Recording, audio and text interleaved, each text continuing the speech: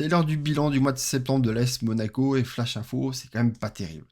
Alors comptablement, on a réussi à avoir 6 points sur 9, bon, ce qui reste quand même assez bon, sauf que on a joué contre 3 équipes qui jouent vraiment le bas du tableau, qui des équipes sont largement à notre portée logiquement, sur lesquelles on aurait dû l'emporter même plutôt facilement, et ça n'a pas été le cas.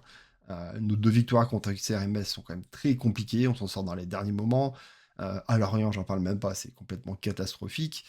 Et on a limite l'impression que 6 points, c'est plutôt des bons résultats, vu le contenu des matchs qu'on a pu faire. Perso, j'attendais 7 points, moi, sur ces matchs-là, parce que je me doutais qu'on allait être pris au piège sur un de ces matchs à cause de la Ligue des Champions et qu'on allait être un peu suffisant, qu'il allait avoir de la rotation. Bon, oui, ça a été le cas, mais la rotation a été un peu forcée à cause des blessures. Voilà. Côté Ligue des Champions, un point sur les 2 matchs. Au final, c'est ce que j'attendais, parce que je pensais qu'on irait chercher un match nul à Bruges et que contre City, ce serait compliqué, qu'on perdrait. Bon, ça a été l'inverse. Ce qui est un peu dommage, c'est que ce point bonus qu'on allait gratter contre City, bah, qu'on l'ait pas, en plus de points qu'on aurait pu prendre à Bruges, même si, voilà, Bruges, c'est un match qui est très compliqué, mais j'espérais quand même qu'on puisse aller chercher au moins un match nul là-bas. Maintenant, sur l'objectif qui est d'avoir 11 points sur cette phase de poule, on est toujours dans les clous. Maintenant, on n'a pas pris de points bonus, donc il va falloir quand même pas se rater sur les prochains matchs. Côté Hutter, tactiquement, chaque match, c'est une nouvelle tactique. Bon, c'est pas lui qui se teste, qui se cherche, hein, c'est vraiment parce qu'il y a des blessés dans tous les sens, qu'à chaque match, il y a ces nouveaux blessés, donc à chaque match, il est obligé de recomposer. Donc c'est un peu dommage de ne pas instaurer une tactique ou même un style de jeu depuis le début de la saison, mais à sa décharge, c'est quand même très très compliqué actuellement de le faire. Euh, on a l'impression aussi que sur les choix des joueurs, il cherche beaucoup, qu'il n'a pas encore trouvé la solution. Sur les postes de latéraux, c'est Thésée, c'est Vanderson, après maintenant c'est Diatta. Bien sûr, il est poussé aussi par les blessures qui fait de la rotation, mais quand il a eu les joueurs disponibles, il a fait tourner. De l'autre côté, c'est pareil. Entre Caillot et Ouattara, on ne sait pas finalement qui est vraiment le titulaire. Et franchement, si Maouissa n'était pas blessé, je me serais attendu à le voir à un moment donné jouer sur le côté.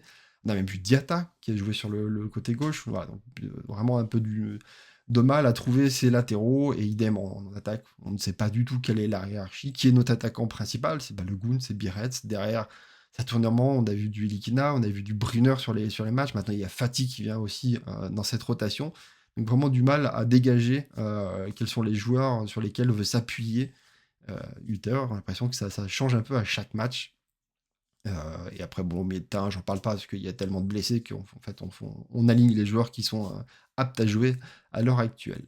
Côté style de jeu, par contre, c'est assez catastrophique parce qu'il n'y en a vraiment aucun. On a l'impression qu'on n'arrive pas à jouer, on dégage rien.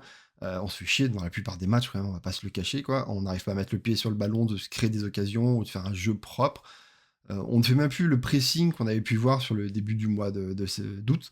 Bah, sur les matchs, j'ai l'impression qu'on a complètement abandonné cette idée de jeu, ce qui est dommage, parce que c'est une chose que j'aimais beaucoup, qu'on avait pratiqué la saison dernière et un petit peu sur le début de la saison. Mais comme je l'avais dit sur le bilan du mois d'août, physiquement, on était incapable de le faire sur tout le match. On arrivait à peine à le faire sur la première demi-heure, et en deuxième mi-temps, le joueur était cramé, il n'arrivait pas à le faire. Et c'est toujours le cas sur ce mois de septembre. Physiquement, on a l'impression qu'on n'y est pas du tout. Les blessures qui viennent se rajouter par-dessus nous donnent vraiment l'impression qu'il y a eu un problème sur la prépa physique. Parce que forcément, il y a beaucoup de blessures qui sont musculaires et qu'en plus sur le terrain, on a l'impression que nos joueurs n'ont pas la capacité à faire des efforts répétés pendant 90 minutes. C'est qu'on dit qu'il y a un souci. Je sais que c'est compliqué d'imprégner un style de jeu à l'équipe actuellement, sachant qu'à chaque match, il y a sa nouvelle compo à cause des absents qu'on a. Et donc c'est dur d'arriver à avoir des automatismes avec l'équipe et d'avoir les mêmes schémas de jeu, les mêmes parcours. Mais bon, je trouve ça regrettable avec la qualité de l'effectif qu'on a. Parce qu'on va pas se cacher non plus, hein, vu les adversaires qu'on a joués, même nos remplaçants et les bouts de banc qu'on a ont quand même une qualité qui est au moins au niveau des titulaires de l'équipe adverse. Et qu'on n'arrive pas à arriver à mettre au moins ce pied sur le ballon, à construire des actions, parce qu'on n'a quand même pas beaucoup des actions, je trouve, dans les matchs. On fait pas mal tourner le ballon, on arrive à s'approcher de la surface, mais jamais on va se retrouver en situation de se créer des belles occasions. Malheureusement, l'impression qu'on cherche toujours à faire la passe de trop et qu'on se fait intercepter et qu'on n'arrive pas à se créer ces frappes dangereuses et tout. On tente quasiment jamais des frappes de loin, ce qui est dommage, hein, parce que je trouve qu'on a des joueurs qui ont cette capacité. Hein. La preuve, Thésée sur la frappe contre Manchester City. Thésée, c'est pas la première fois qu'il fait des frappes de loin. Quasiment tous ses buts de mémoire, c'est des frappes qui sont lointaines. Je me rappelle en Coupe de France aussi, il nous en met une belle comme ça. Je trouve qu'on les tente pas assez et qu'on n'est pas assez dangereux face à nos adversaires et qu'on attend un peu des fois la fin de match pour se réveiller un peu et se dire oula, il y a urgence là, il faut qu'on aille chercher un résultat. Voilà. Donc j'espère que sur les jours à venir, avec les retours surtout de joueurs comme potentiellement Pogba, mais surtout Golovin, on arrive un peu mieux à construire le jeu, et se créer un peu plus d'occasions, mettre un peu plus le pied sur le ballon et le laisser moins à l'adversaire. Voilà, et surtout, surtout défensivement, si on pouvait arrêter de se faire prendre dans le dos chaque fois. Bon, je sais qu'on n'est pas aidé par Kerrer et Dyer, qui sont des joueurs un peu lents, et que Singo nous manque beaucoup pour ça, que Mawissa, qui est le joueur le plus rapide qu'on pouvait avoir en défense, bah, il n'est pas là, hein, parce que ça les touche pas l'impression que ce soit guère mieux, quoi. Mais si on pouvait arriver à faire des meilleurs alignements et arrêter de se prendre des buts de ce style, ce serait vraiment bien quand même.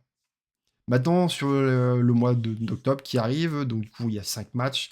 Ça commence par le derby, juste avant la trêve, et après on enchaînera avec Angers, Toulouse et Nantes en Ligue 1. Pour moi, clairement, le derby se gagne. D'une, parce qu'on est à domicile et qu'on a une série à continuer. Deuxièmement, parce que c'est le derby, on va pas perdre le derby. Et troisièmement, parce que Nice est encore plus mauvais que nous à l'heure actuelle. Donc vraiment, il faut en profiter et gagner ces 3 points. Et après, pareil, contre Toulouse, Nantes, Angers, ça reste des équipes qui sont deuxième partie de tableau. On doit aller chercher des résultats là-bas. Et bon, je dis pas de faire un 12 sur 12, je sais très bien que ce sera pas le cas, mais si on peut arriver à récupérer 9 ou 10 points sur ces 4 matchs, ce serait très bien. Ligue des champions Tottenham, forcément là il faut aller chercher un minimum un point. Si on veut viser les 11 ou 12 points, il faut à domicile faire des résultats.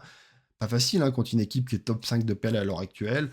Mais bon, voilà, on a fait un bon résultat contre City, on est capable aussi d'en faire un contre Tottenham, et pourquoi pas créer la surprise, aller chercher les 3 points, ce serait bien, mais bon. Un point, déjà, moi j'en serais très heureux. Voilà, je vous laisse me dire, vous, de l'autre côté, ce que vous avez pensé de ce mois de septembre. Bon, je pense que comme moi, vous n'êtes pas satisfait du tout. Autant résultat, ça peut aller, mais c'est vrai que dans le jeu et dans le plaisir qu'on peut avoir à regarder les matchs, c'est pas du tout ça. Et qui est-ce que vous avez pu dégager comme meilleur joueur sur ce mois-ci?